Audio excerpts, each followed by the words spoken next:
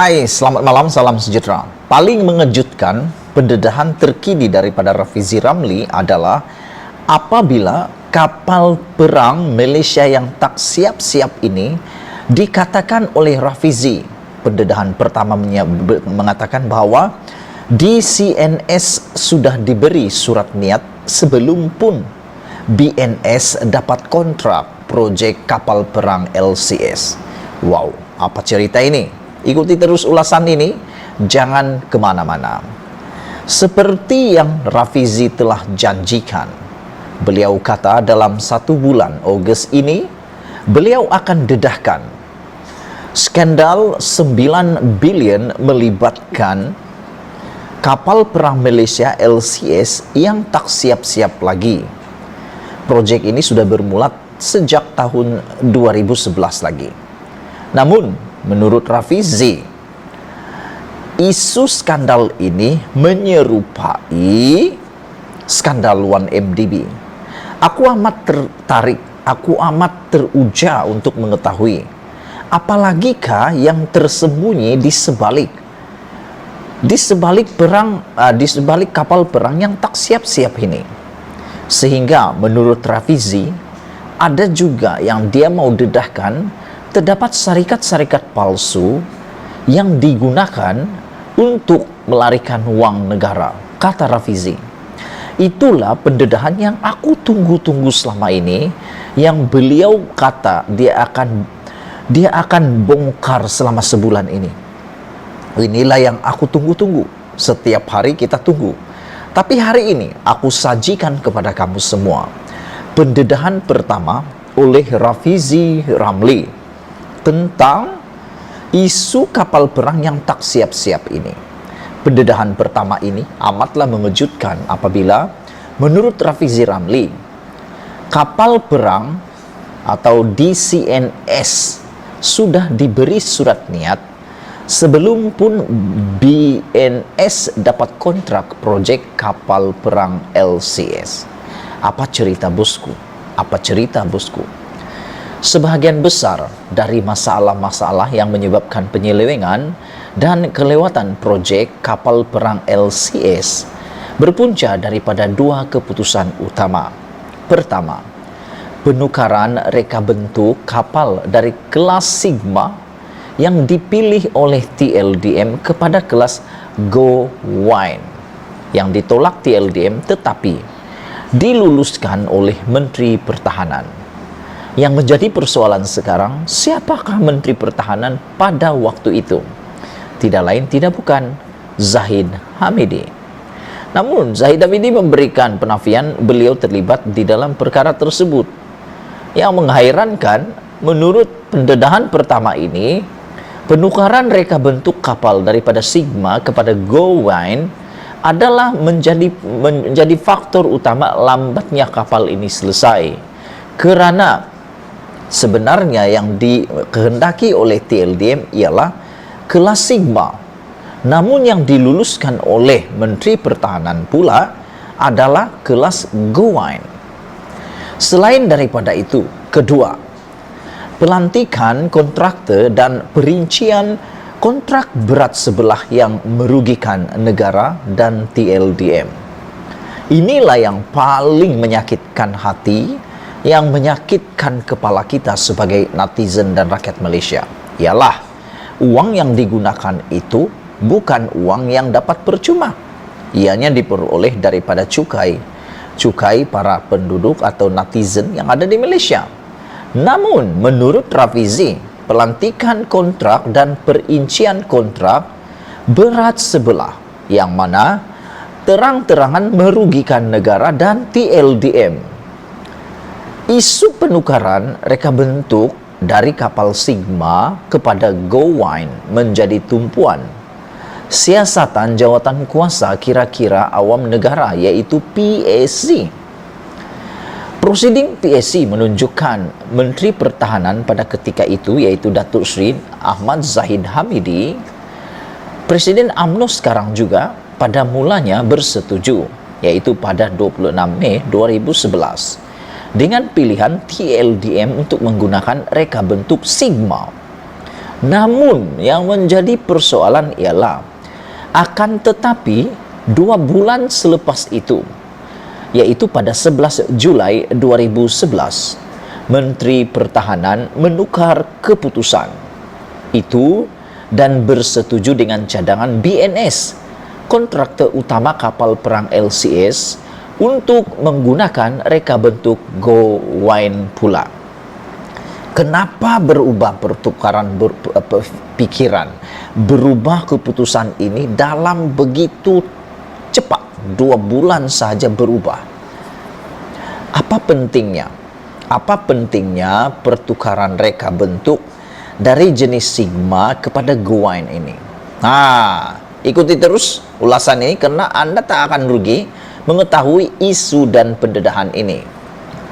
TLDM memilih Sigma demi keperluan dan kehendak pertahanan negara kerana kelas Sigma dinilai sebagai lebih baik dan lebih moden berbanding kelas Go Wine.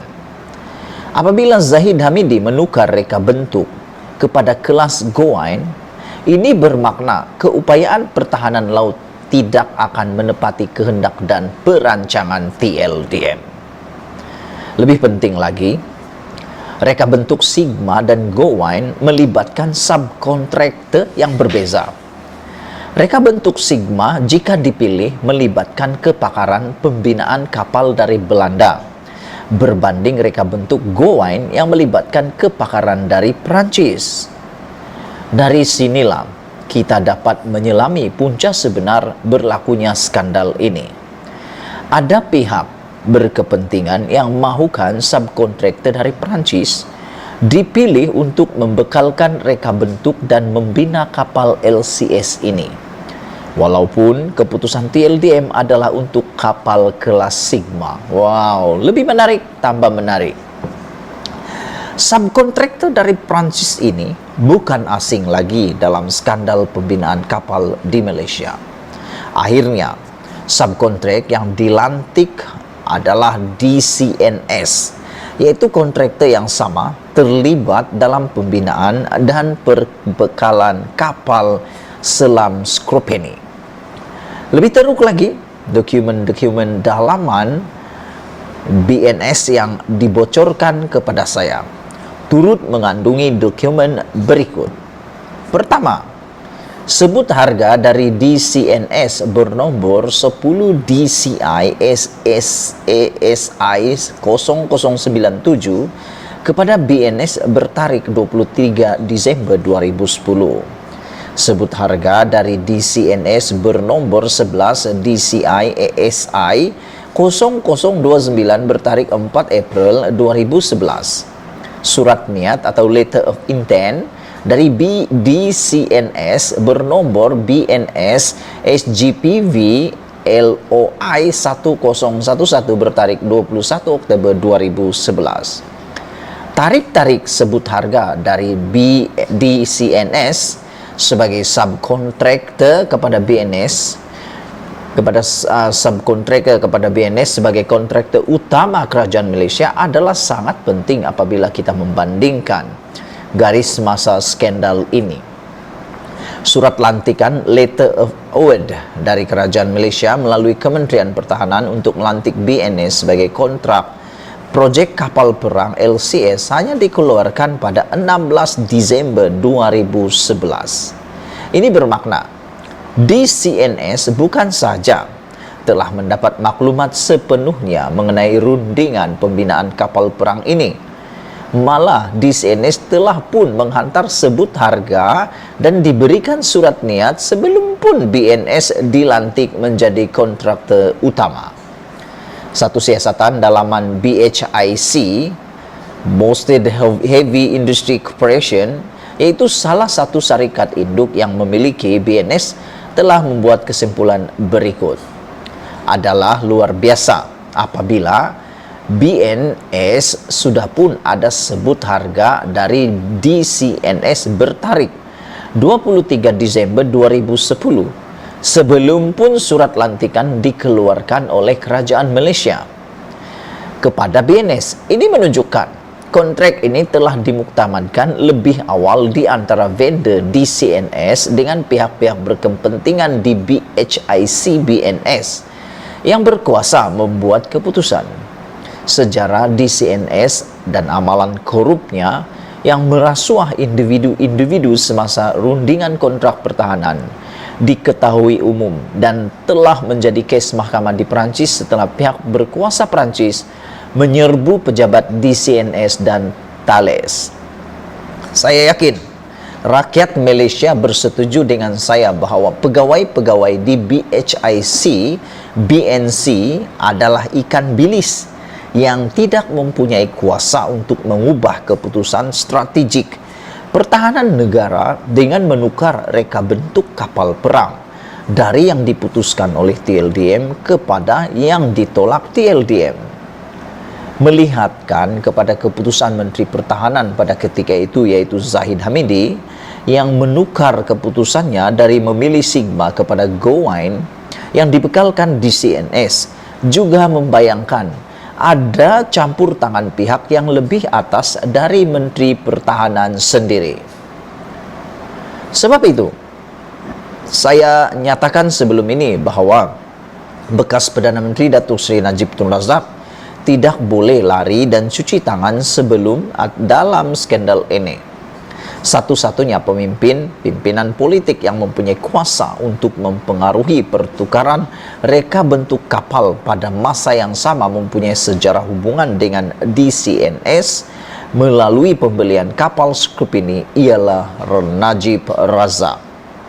Pertama, beliau lebih berkuasa dari Menteri Pertahanan pada ketika itu untuk mempengaruhi keputusan menukar reka bentuk kapal agar subkontraktor dari Prancis yaitu DCNS dipilih. Kedua, beliau mempunyai rekod pribadi yang memilih DCNS dan rakan sekutu DCNS yaitu Thales untuk projek-projek besar negara. Selain daripada itu, projek kapal selam Scrupeni dan kapal LCS Thales juga mencetuskan kontroversi dalam tahun 2012 apabila terbabit dalam skandal anugerah projek LRT kepada George Ken, sebuah syarikat pembuat pipe yang tidak ada pengalaman membina LRT. Saya telah mendedahkan skandal ini pada tahun 2012 dan Anda boleh baca di sini, yaitu di laman Rafizi Ramli. Saya menunggu bagaimana Najib Razak akan menjawab persoalan-persoalan ini.